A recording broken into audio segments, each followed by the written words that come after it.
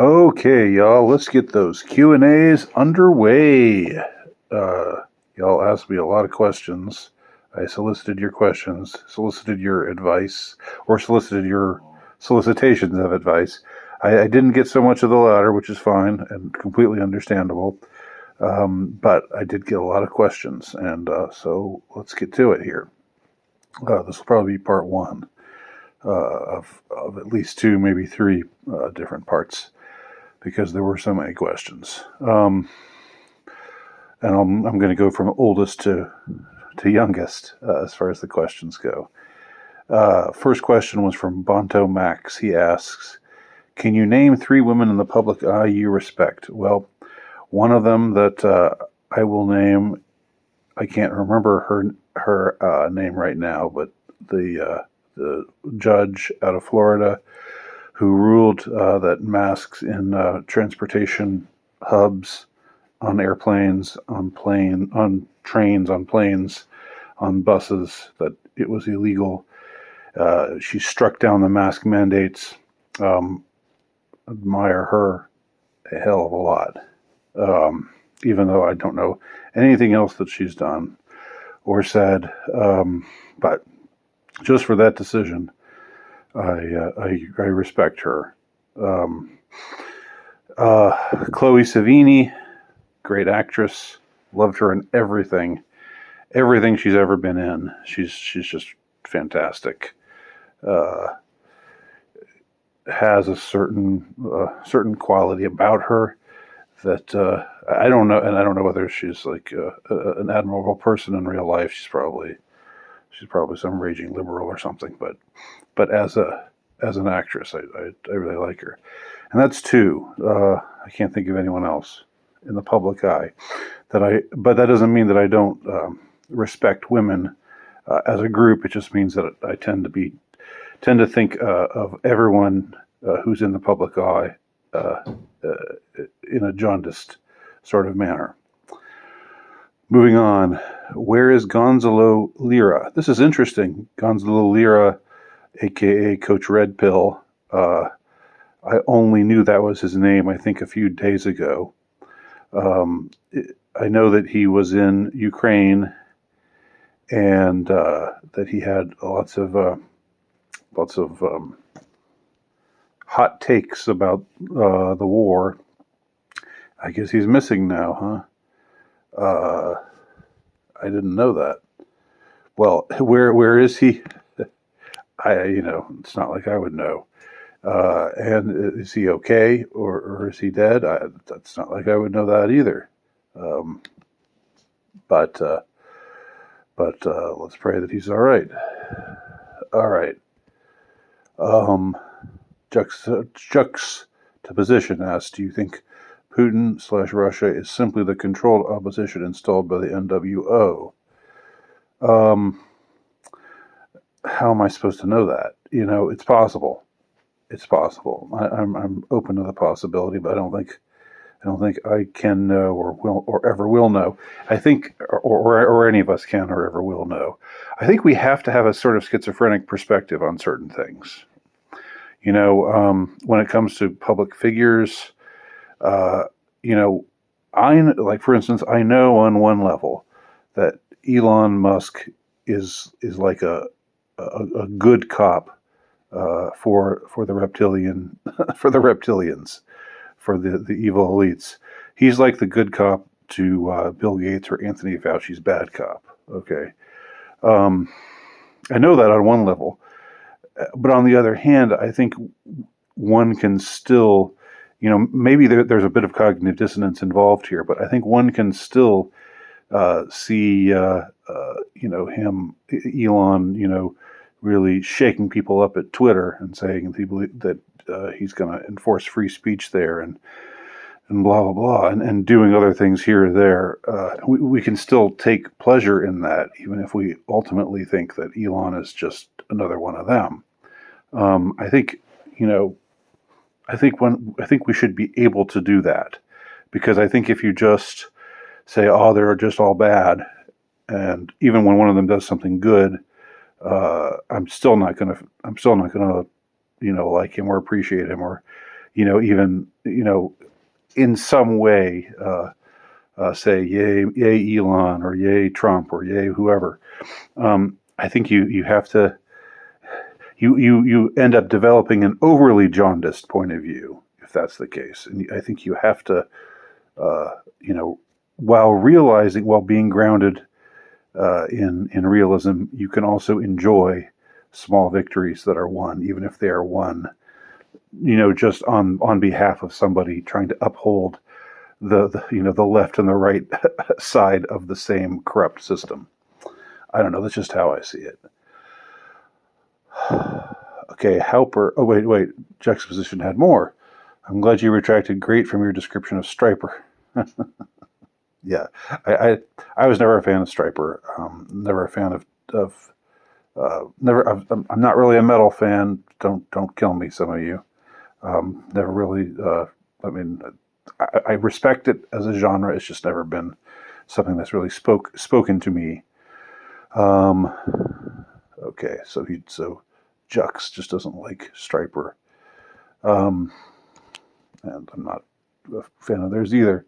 But I wanted to name this, maybe name this to Hell with the Devil, which is one of the names of one of their albums, just because I keep getting closer and closer. Keep going right up to 666, subscribers, and then immediately after that, they start dropping off, and I drop back down to 663, 662. And now I think I might be back up to 666, or maybe I'm just at 665. But anyway, we've got to surpass that number and just not never go back to it. So let's subscribe, people. Come on. Actually, I don't care whether you subscribe or not. Okay, Halper asks, on a scale of 1 to 10, how certain are you that satanic pedophiles run the world? 9, at least 9. There's always room for some doubt. There's room for doubt on whether they're necessarily all satanic, and there's room for doubt as to whether they're all. I don't know if they're all pedophiles, but I would say it's a proclivity. These are proclivities that we find among the powerful ruling class, without a doubt, in my opinion. What's your favorite cryptid? What's a cryptid? Is that like an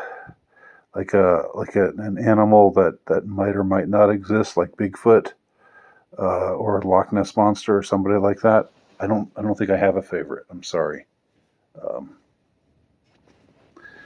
Okay.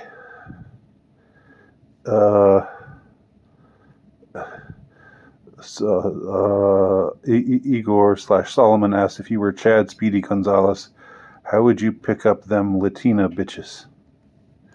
I would impress them with my speed.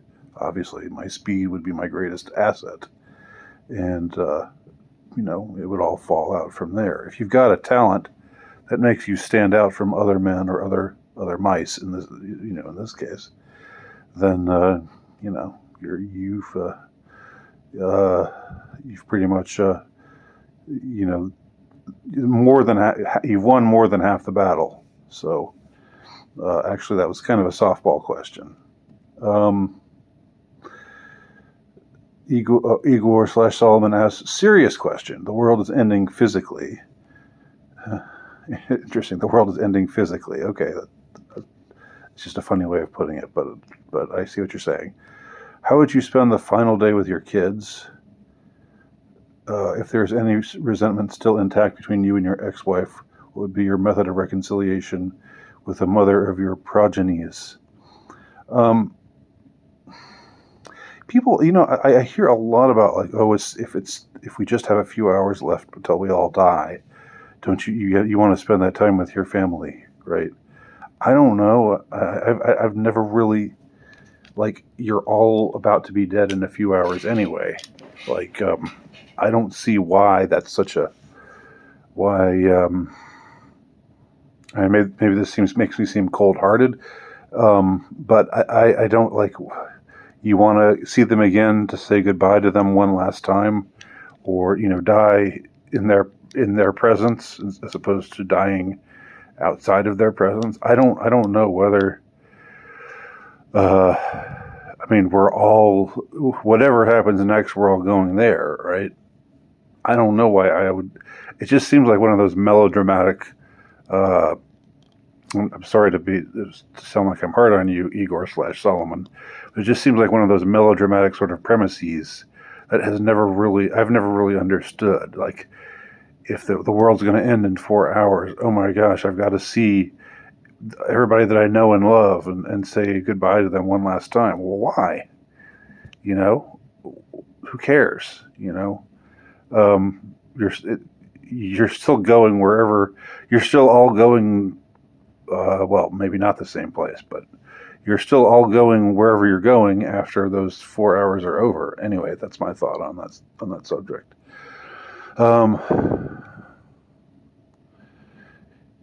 So Igor Solomon also asks, can you twerk to save your life, Mr. Nowicki? I've never had to try to do it to save my life, and I wouldn't. If somebody said twerk or else I'll shoot you dead, I'd say go ahead and shoot.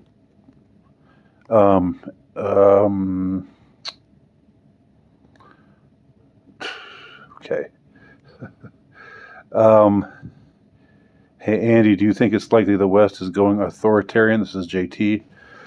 I think the West has been authoritarian for a long time, for a while, and I think it's always been like I know that the people don't decide anything.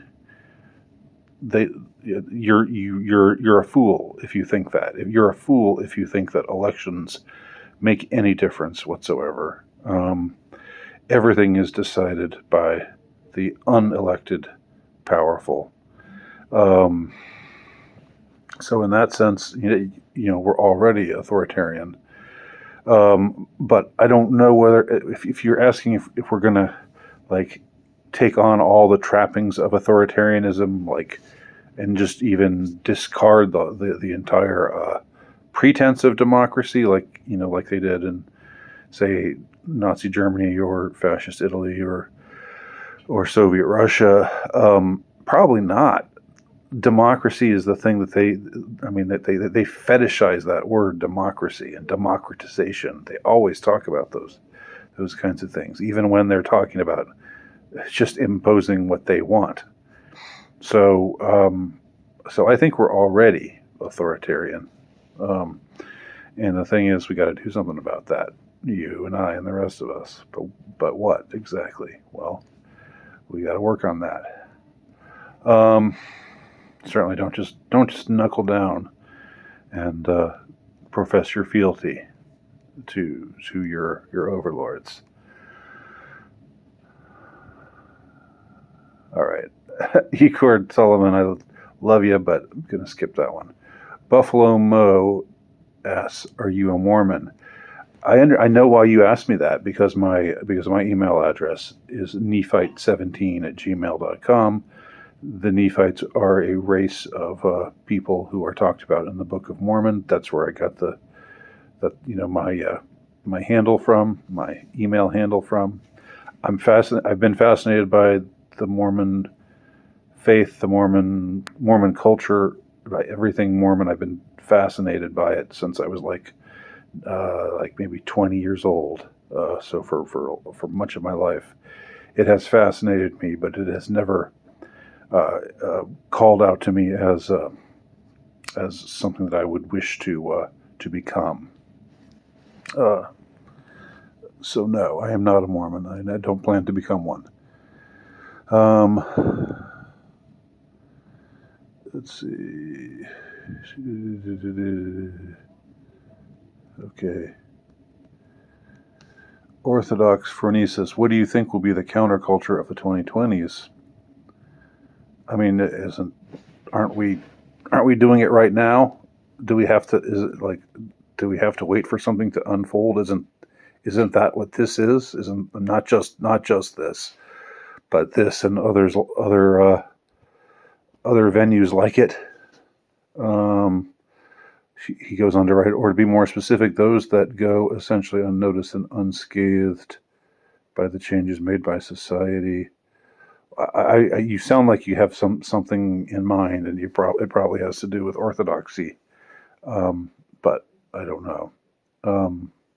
I mean, I think the counterculture isn't going to be one thing. It isn't one thing. It's not one faith. It's not one perspective.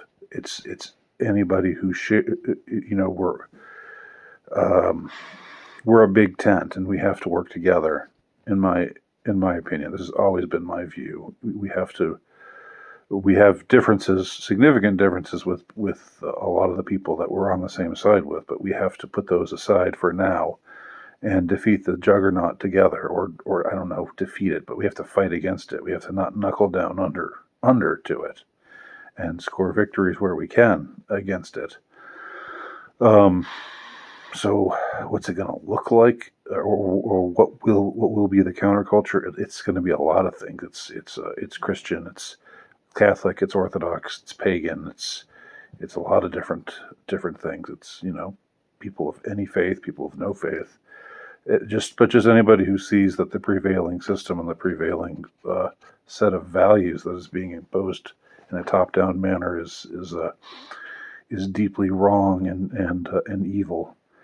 Anybody who sees that, you don't have to be anything. You don't have to have any particular faith in order to apprehend or comprehend those truths. The faith I have posits something called natural law, which is basically is what's right and wrong. You know that murder is wrong in your heart. God put it there. God put these things in your heart to know.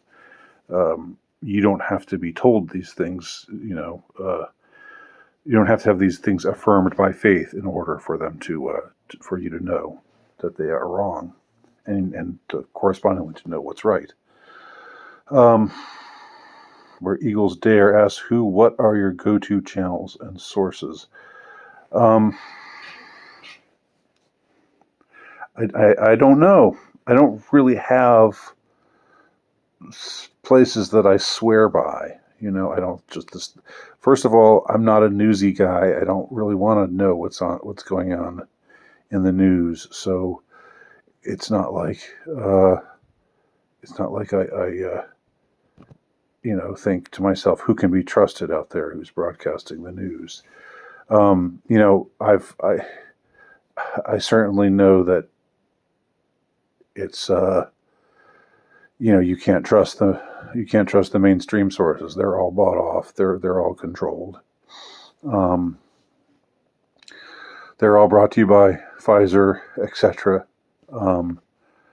But my go-to channels and sources, I don't really. There's nothing that I swear by. Okay. And I'm sorry if that seems evasive, but it's really true. And who I watch just kind of depends on who's out there and what looks interesting to me at a given time. Hi Andy, please list your 5 favorite English novels and your favorite poets. All right, I think I'm going to stop this one now. This first video now.